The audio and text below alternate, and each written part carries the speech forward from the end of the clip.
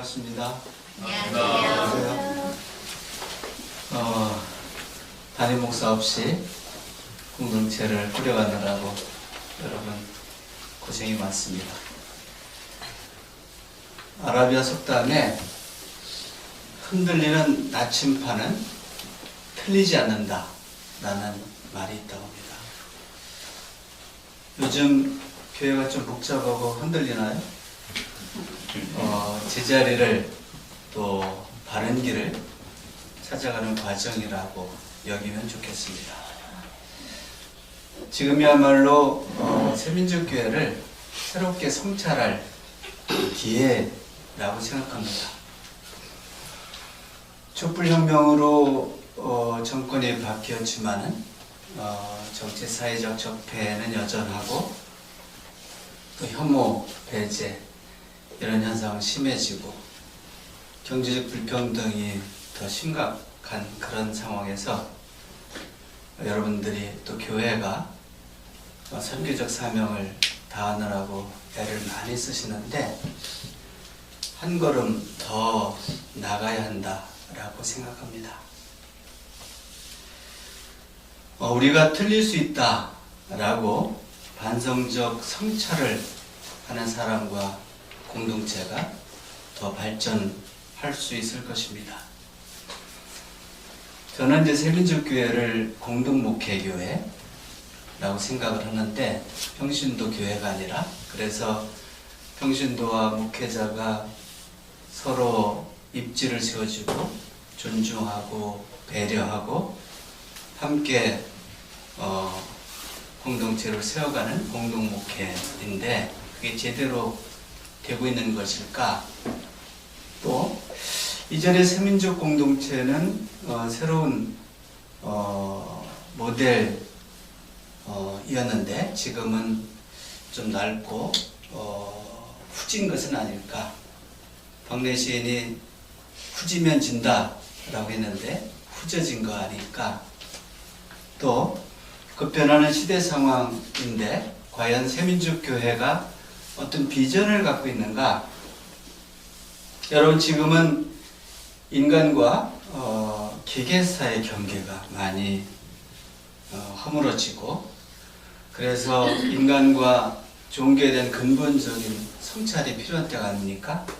제4차 산업혁명, 또 포스트 휴먼 시대, 이런 그런 시대가 도래하는 까닭이고, 그래서 인공지능, 바이오공학 이런 것들 과학 기술 발달로 이게 도대체 우리 존재가 뭘까? 종교가 과연 존재할 수 있을까? 라는 그런 생각까지도 할 수 있는 때인데 새민족 공동체와 이런 것까지도 같이 고려하면서 새로운 길을 찾아가면 좋겠습니다. 이번에 어떻게 보면 좋은 기회라고 할 수 있죠.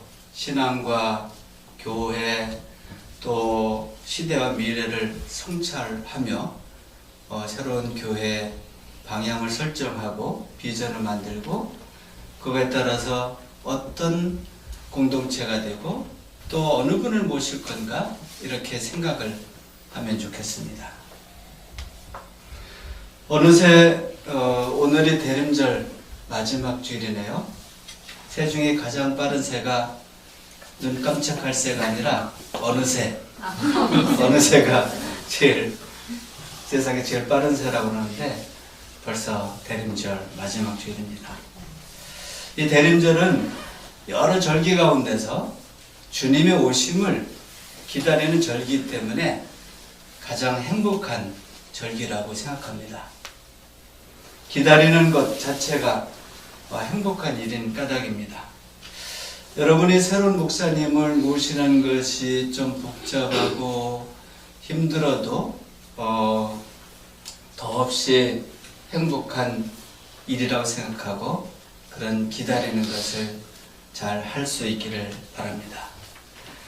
오늘 설교 제목이 복을 받았습니다 라는 것인데 과연 마리아가 복을 받았을까? 라는 생각을 해봅니다. 마리아를 복받은 존재로 말하는데 성서에서 복받은 존재는 단연 아브라함이죠.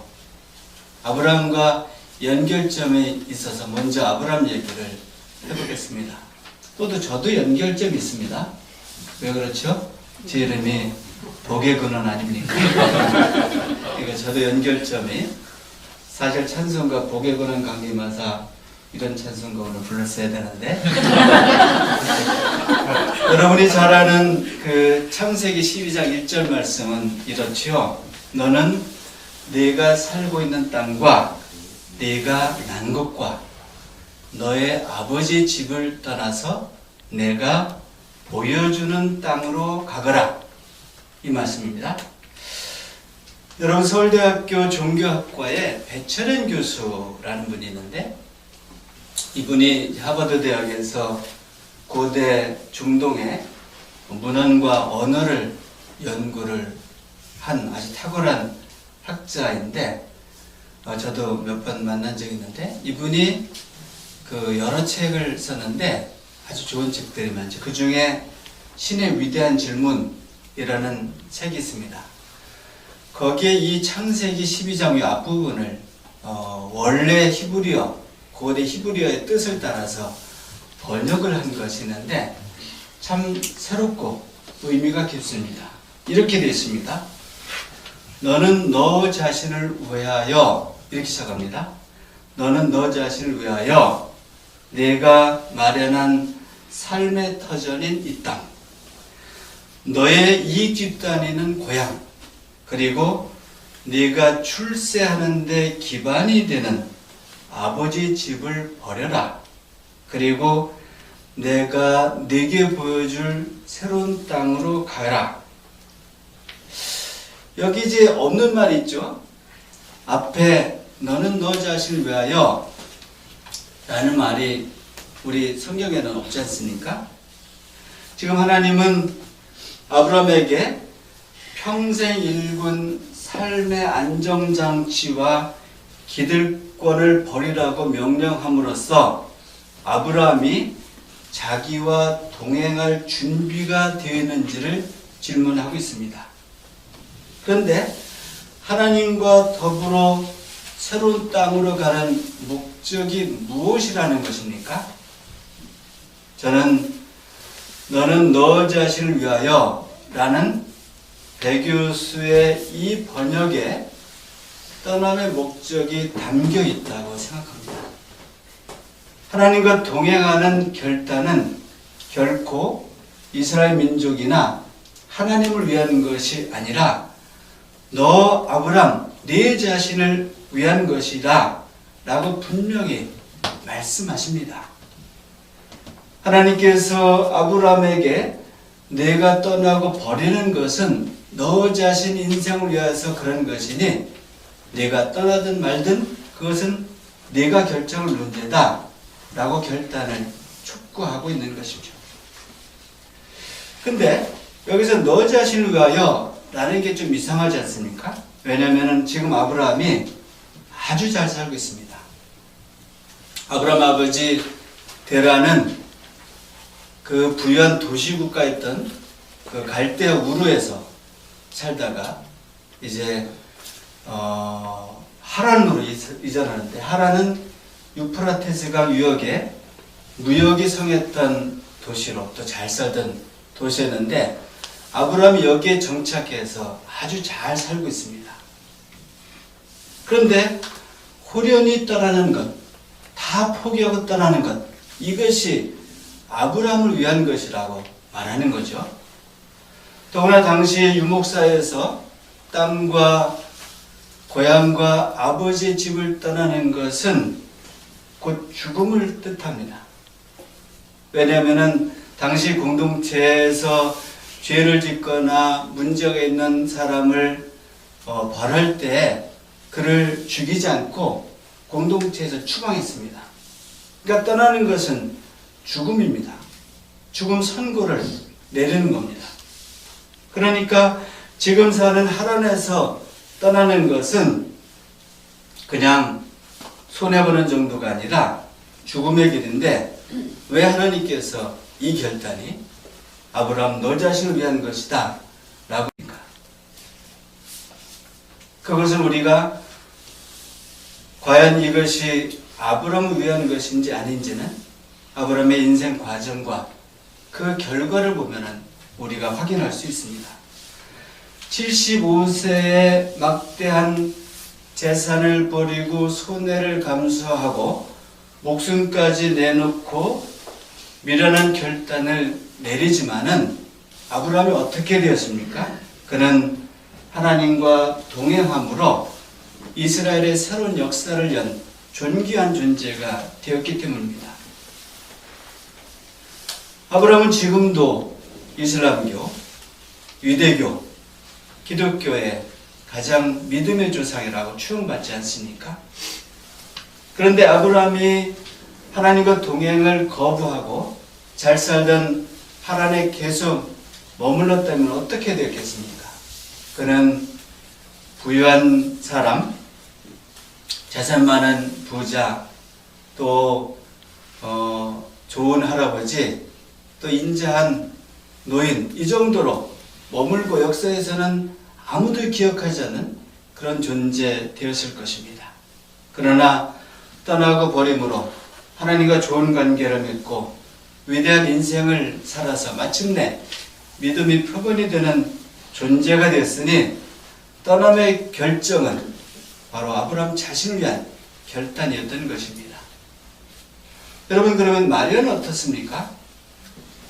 오늘 본문 바로 앞에 본문 보면은 천사 가브리엘이 처녀 마리아에게 나타나서 수태고지랍니다. 네가 아이를 갖게 될 것이다 라고 말하는데, 이 처녀 마리아는 아직 어린 나이인데 정혼하고 혼례식을 올리지 않은 그런 처지였으니까 이것은 청천벽력과 같은 일방적인 통보였습니다. 더구나 하나님의 아들을 낳을 것이라고 했으니까 이것을 어떻게 받아들일 수 있습니까? 관심은 물론 경험과 상식으로도 도저히 납득할 수 없는 일이었기 때문에 마리아는 이렇게 말하죠. 나는 남자와 관계를 맺지 않았으니 어떻게 이런 일이 있겠습니까? 라고 거부하고 거절합니다.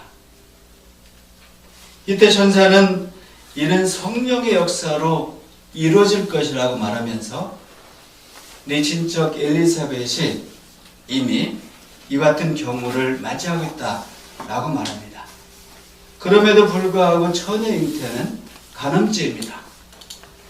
죽을 수밖에 없는 죄고, 또 부모나 약혼자가 네가 누구 아이를 낳느냐 라고 물었을 때 마리아가 하나님의 아들이다 라고 말을 한다면 그것은 하나님을 모독하는, 도저히 용납할 수 없는, 돌로 쳐 죽임을 당할 수 있는 그런 사건입니다.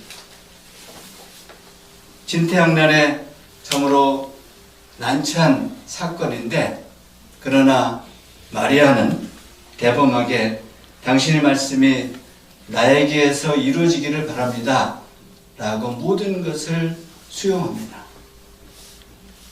여러분, 오늘 본문은 마리아가 산골에 살던 엘리사벳을 찾아가는 그런 이야기입니다. 마리아가 문안 인사할 때 엘리사벳이 마리아에게 3번이나 네가 복을 받았다 라고 말합니다. 엘리사벳은 마리아를 환대합니다. 성서는 세례 요한의 어머니 엘리사벳을 통해서 마리아가 복받은 존재라고 증언합니다. 근데 여러분, 정말 마리아가 복받은 존재입니까? 마리아는 평생 아들 예수를 지켜보며 참으로 고통스러웠습니다. 가슴이 찢어지는 아픔을 겪을 때가 많았습니다. 아들 예수가 몫으로, 가난한 몫으로 생활할 때, 공생애를 선언하고 떠돌이 생활을 할 때, 또 많은 모함과 핍박을 받을 때, 배신당할 때, 마침내 십자가의 죽음을 지켜볼 때, 그 어머니 마리아의 아픔이 얼마나 컸겠습니까? 그런데도 마리아를 성서는 복받은 존재라고 증언합니다. 왜냐하면 마리아가 하나님의 섭리를 받아들여 구원의 도구가 된 까닭입니다. 마리아는 아들의 활동을 들으며 그의 처지를 생각하며 마음이 아플 때도 많았지만은 아들 예수를 통해서 하나님 나라 운동이 전개되는 것을 보면서 내적인 행복을 느꼈을 것입니다. 그래서 스스로 복받은 존재라고 자기를 인식하고 가난했지만 의연하게 살아서 마리아는 역사적으로 힘없고 핍박받는 사람의 위로자가 되었습니다. 여러분 혹시 그 영화 사일런스 보셨나요? 한번 보셨어요? 그 17세기 포르투갈 선교사들이 일본에서 복음을 전할 때 겪는 여러 가지 어려움들 이런 것들을 그 엔두 슈사쿠라는 소설가가 침묵이라는 소설을 썼는데 그 침묵을 영화로 만든 것이죠. 근데 상당히 감동적인 영화입니다. 근데 침묵의 후속편이 얼마 전에 한 2년 됐나요? 침묵의 소리라는 책으로 출판이 됐습니다. 이 침묵의 소리는 어떤 이야기, 이 엔두 슈사쿠가 뭐를 추적하냐면은 각굴의 기리시단, 그러니까 은둔한 그리스도인, 그거를 일본말로 각굴의 기리시단이라고 하는데 그 각굴의 기리시단 이야기가 그 침묵의 소리에 나옵니다. 이 사람 어떤 사람들이냐면은 이제 그 관리들이 배교를 강요하지 않습니까? 후미에라고 해서 예수님의 추상을 밟고 지나가든지 침을 뱉든지 해서 배교한 것을 표시할 때 그 고통을 받았지만은 차마 순교할 용기가 없어서 배신한 그런 사람들이 은둔해 사는 각골의 그리스도인들이 얘기인데 그들이 뭐를 간직하고 살았냐면은 마리아 관음상을 간직하며 살았다는 것입니다. 여러분 관음보살은 석가모니가 입적한 후에 이르기 오기까지 중생을 구제하고 고통으로부터 지켜주는 대자대비 보살인데 그런데 이 관음상에 여자의 모습을 새겨서 관리 눈을 피해서 그것을 마리아로 여기고 그것을 간직하면서 배신자의 고통과 슬픔, 아픔을 견뎌냈다라는 이야기입니다. 그들이 마리아 관음을 갖고 있으면서 위로받고 힘을 얻고 슬픔을 견뎌냈던 것입니다. 남미에서 마리아 숭배사상은 대단합니다. 그들은 마리아 상을 만들 때 자기 얼굴과 자기 피부색을 마리아 상에 담았습니다. 그래서 그들이 자기와 같은 마리아가 인간 존엄의 회복 그리고 해방과 위로의 어머니였습니다. 가난하고 힘없는 남미 민중들에게는 어떤 신보다도 마리아가 가장 가까운 신이었습니다. 그래서 마리아는 민중 해방 운동에 동력을 제공했고 영감을 제공했고 동기를 부여했습니다. 그래서 해방신학은 민중의 삶을 살아온 마리아를 진정한 해방 과정에 참여한 삶의 전형이며 희망의 원천이라고 보고 마리아를 해방의 어머니라고 지칭하고 있습니다.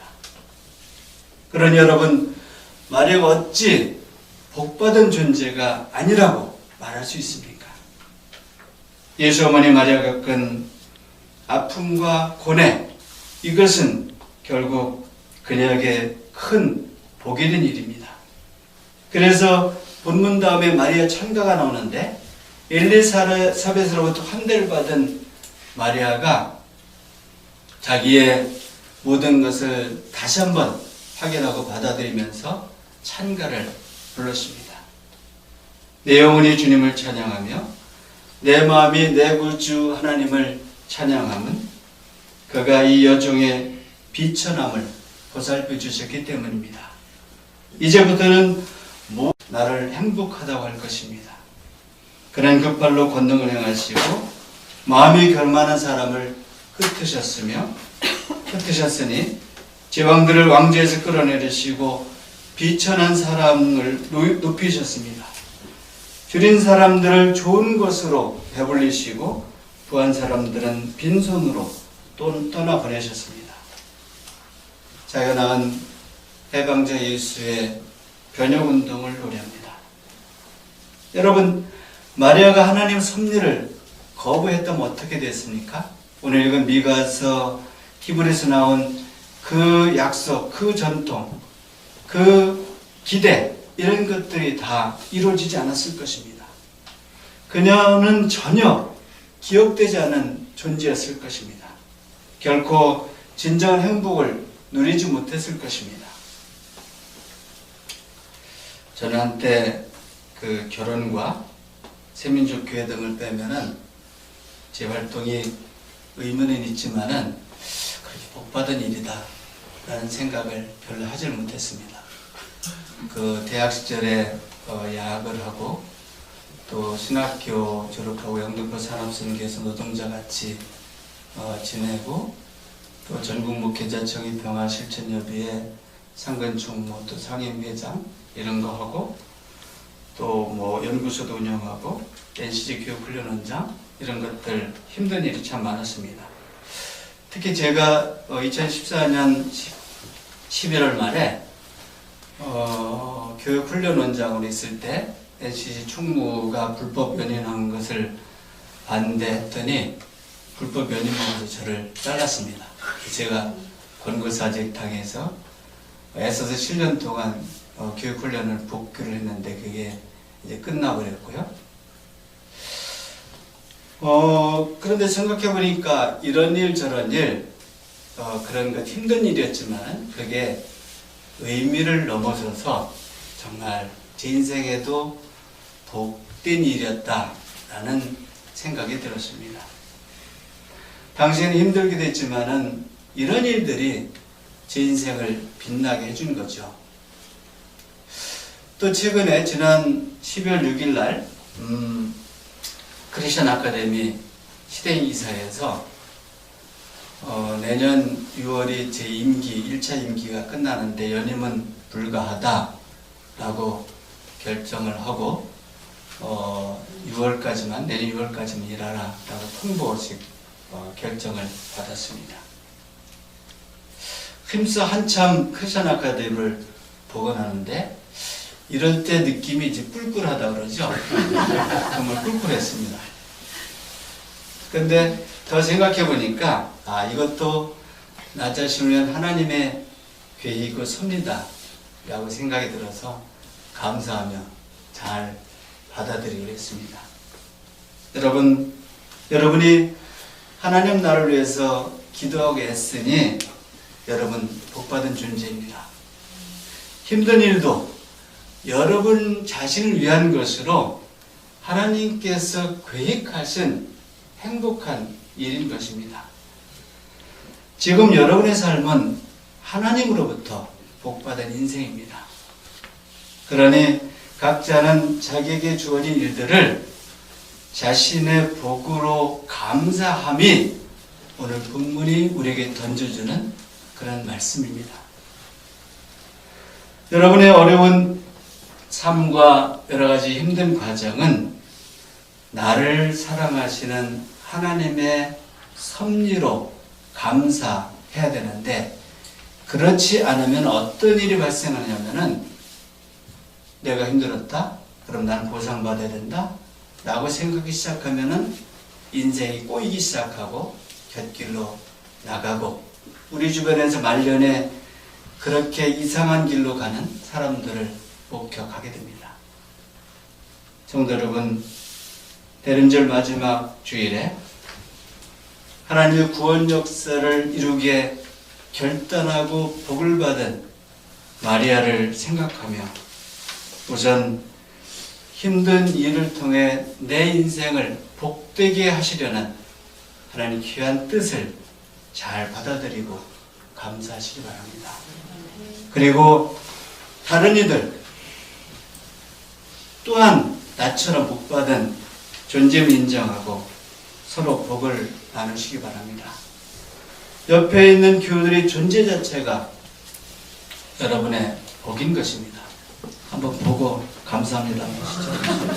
감사합니다. 복주셔주는 존재니까 고맙습니다. 감사합니다.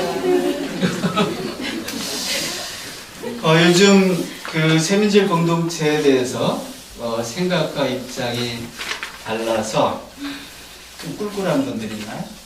좀 힘들게 생각하시는 그런 분들 있죠? 근데 생각해 보면은 다양성은 은총입니다. 우리가 옆 교우의 생각과 믿음을 즐거이 받아들이면 우리는 다른 사람에게 복을 끼치는 존귀한 존재가 되는 것이죠. 오늘 엘리사벳이 마리아를 환대하여 마리아가 힘을 얻었듯이 여러분들이 다른 교우를 환대하면은 다른 교우가 힘을 얻는 것이죠. 여러분 지금 감당하기 힘든 여러 가지 공동체 사역들은 하나님께서 여러분에게 복을 주시게 허락하신 그런 위탁 일들입니다. 선출직, 교사, 또 애찬위원, 찬양대, 교회위원, 목욕봉사든 헌신이든 거리 집회 참여든 기도이든 또 예배만 드리고 가든 다 하나님의 뜻을 이루는 것이고 다 하나님 나라의 동행자들입니다. 개인차가 있지만 차이는 틀린 것이 아니라 함께 누려야 될 은총의 통로인 것입니다. 여러분 오늘 우리 인도하시는 인도자가 앞에 기도했듯이 지금은 세민족 공동체의 실제적인 사랑이 필요한 때입니다. 먼 데 있는 사람, 추상적인 민족 사랑, 하나님 사랑 이런 거 말고 그런 것도 중요하지만은 가까운 교우를 더 사랑할 수 있어야 참 사랑하는 존재가 되는 것입니다. 혹시라도 같이 신앙생활하던 동료가 공동체를 떠나면은 공동체는 급격하게 생명력이 떨어지게 됩니다. 공동체를 유지하는데 사역자가 부족해서 몇 분들이 굉장히 힘든 것 여러분들 잘 아실 것입니다. 그렇지만은 다른 사람이 참여한다고 아쉬워할 수 있지만은 거기에 너무 강조하면은 그것이 또 공동체를 어렵게 할 수 있고 여러분들이 공감해서 사랑을 신뢰하고 기다리면은 때가 되면 같이 하게 되는 것이죠. 그러므로 신앙 공동체에서는 일보다는 사람을 우선적으로 생각하시기 바랍니다. 어떤 교회는 그런 게 있대요. 위원회를 만들 권한이 있지만은 위원회를 스스로 해체할 권한도 가지고 있대요. 여러분들이 힘들면은 위원회 깨뿌리세요.